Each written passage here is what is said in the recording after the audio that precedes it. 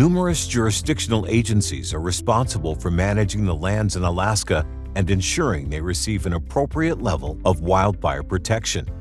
These agency managers realized as early as the 70s and 80s that not all fires could or should be suppressed in a landscape like Alaska's. They collaborated in the development of the Alaska Interagency Wildland Fire Management Plan. The plan outlines the 4 fire management options that guide initial response to wildfires based on values at risk. The options are critical, full, modified, and limited. Fires in critical areas are the highest priority. These fires nearly always receive an immediate and aggressive response. Critical areas have the highest populations and concentrations of infrastructure or other values at risk. Fires in full areas have a high priority but are below critical. The values being protected may include historical sites, recreational areas, and moderately populated areas. The modified option tailors the default initial response to the time of year. Areas generally receive a full suppression response during the peak fire season. As fire growth potential decreases later in the season, new starts in these areas are often monitored. Fires in the limited option are the lowest priority and are generally allowed to burn naturally. The default response for new starts is to monitor and provide site protection as needed. The fire management options also assist in the prioritization for assigning firefighting resources. As fires evolve, ongoing assessment guides decisions on strategy and resource allocation regardless of the initial management option. The Alaska Master Agreement and Statewide Operating Plan provide additional interagency direction for effective and efficient use of resources among the partner agencies.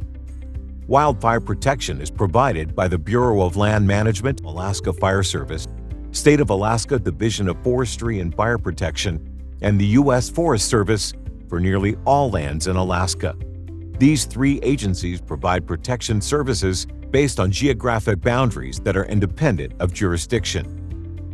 The Alaska Interagency Coordination Center, or AICC, is the geographical area coordination center and focal point for resource coordination, logistics support, and predictive services for all wildland fire management agencies in the state. The AICC website has information on current fires, fire weather, briefing materials, contact information, equipment, aviation, public information, and more.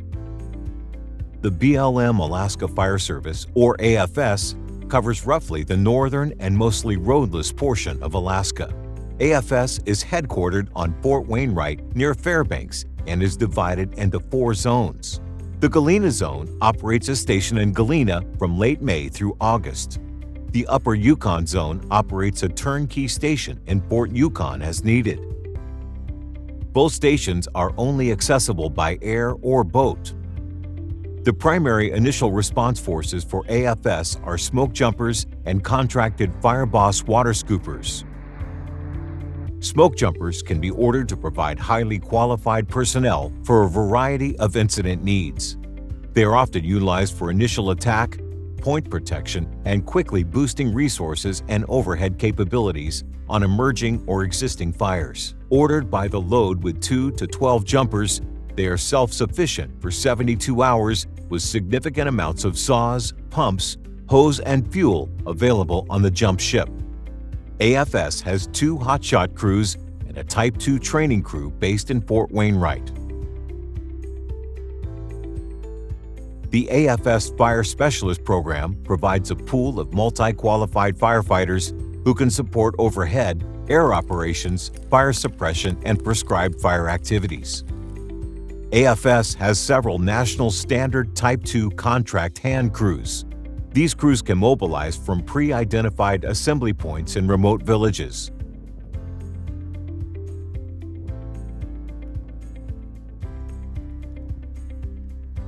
The Alaska Division of Forestry and Fire Protection, or DOF, is responsible for protection in much of the southern half of the state, shown here in blue.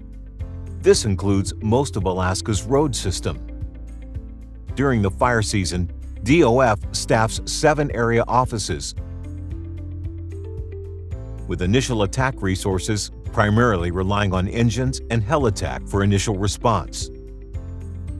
They sponsor several agency crews.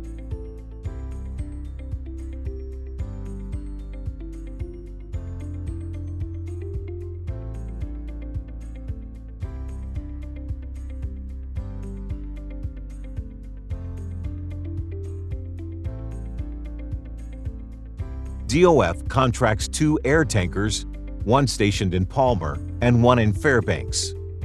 DOF also sponsors several Type II emergency firefighter crews.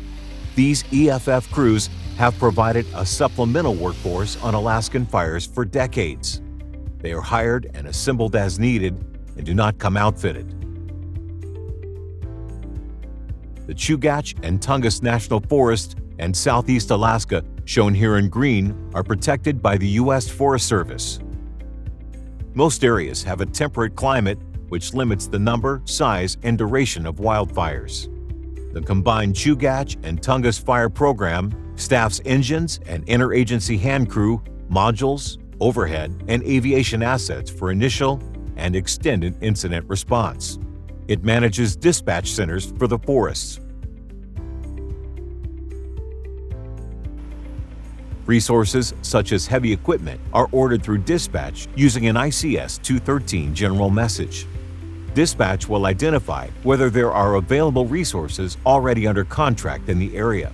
If there are not resources under contract in the area, you can hire locally available equipment and services under the host agency's Emergency Equipment Rental Agreements, or EERAs. Examples of these could include renting skid steers, UTVs to transport supplies and gear, or boats and operators to get to the fire line.